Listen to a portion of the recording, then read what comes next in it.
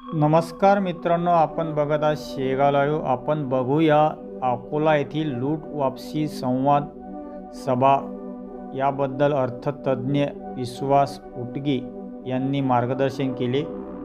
तर आपण थोडक्यात बघूया। नमस्कार मित्रांनो, आज आपल्याला अकोला येथील शेतकरी लूट वापसी संवाद सभेबद्दल माहिती देणार आहोत। 19 सप्टेंबर 2025 रोजी सभा खास शेतकऱ्यांसाठी मार्गदर्शन देण्याच्या उद्देशाने झाली होती। या सभेत अर्थतज्ञ विश्वास उटगी यांनी शेतकऱ्यांना आर्थिक सल्ला दिला। खास करून शेतकरी कर्जमाफीसाठी काय प्रक्रिया आहे, आर्थिक नियोजन आणि उत्पन्न वाढीसाठी काय पावले उचलता येतील, शेतकरी हक्क व सरकारी योजनेचा फायदा कसा मिळवता येईल, शेतकऱ्यांनी आपले प्रश्न विचारले आणि विश्वास उटगी यांनी प्रत्येक शेतकऱ्याला स्पष्ट मार्गदर्शन केले। सभा खूपच ऊर्जावान आणि माहितीपूर्ण ठरली। शेतकऱ्यांनी आपल्या हक्कासाठी योग्य मार्गदर्शन घेणे खूप आवश्यक आहे आणि अशी सभा त्यांना योग्य दिशा दाखवते। अकोला येथील ही सभा शेतकऱ्यांसाठी प्रेरणादायी व अनुभव ठरली। आपल्या गावातील शेतकरी मित्रांनी या अशा सभेत सहभाग घेऊन माहिती घेणे फार महत्त्वाचे आहे। जर तुम्हाला ही माहिती उपयुक्त वाटली असेल तर व्हिडिओला लाईक करा, सबस्क्राईब करा आणि शेअर करायला विसरू नका। पुढच्या अपडेटसाठी बेल आयकॉनला क्लिक करा।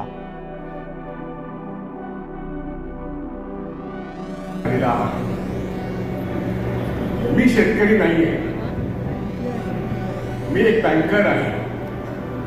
अर्थव्यवस्थेमध्ये शेती व्यवस्था अत्यंत महत्त्वाची आहे। त्यामुळे या प्रश्नामध्ये मी शेती करत नाही म्हणून मला बोलायचा अधिकार नाही असं असू शकत नाही। कामगार वर्गाचा प्रतिनिधित्व गेली अनेक वर्ष करतो, बँक अधिकारी कर्मचाऱ्यांचा नेता अनेक वर्ष आहे, एका राष्ट्रीयकृत बँकेचा संचालक म्हणून अनेक वर्ष काम केलं।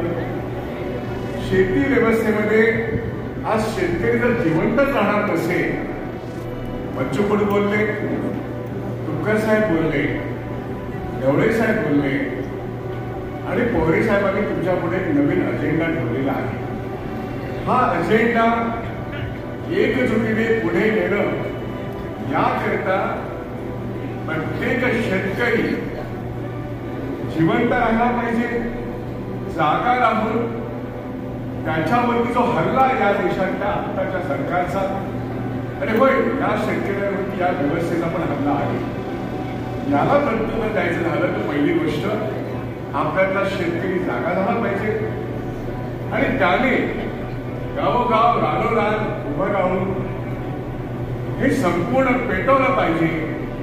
पेटवलं पाहिजे ते संपवलं पाहिजे नको, ही व्यवस्था बदलायला पाहिजे। यासाठी काय करायला पाहिजे ते मी फक्त पुढच्या 5-7 मिनिटांत सांगेन। वेळ खूप झालेला आहे, पण पोहरे साहेबांनी काही मूलभूत गोष्टी तुम्हाला अत्यंत आकडेवारीनुसार सांगितलेल्या आहे। आकडेवारीनुसार राहुल गांधींनी 2 प्रेझेंटेशन्स केलेले आहेत आणि ज्ञानेश कुमार यांनी तुमच्या मतांची चोरी करून या देशातील सर्व राज्य सरकारे कशी चोरलेली आहेत आणि या ठिकाणी देवाभाऊ बसलेले आहेत। लोकांनी निवडून दिलेले हे नाहीये, यांनी 78 लाख मतांची चोरी करून हे मुख्यमंत्री झालेले आहेत आणि या देशाचे पंतप्रधान बनारसमधून हरलेले असताना त्यांनी त्यांच्या स्वतःच्या पक्षाची तिकीट न घेता एनडीएचे ते पंतप्रधान झालेले आहेत। इतकी लोकशाही यांनी धागा बसवलेली आहे।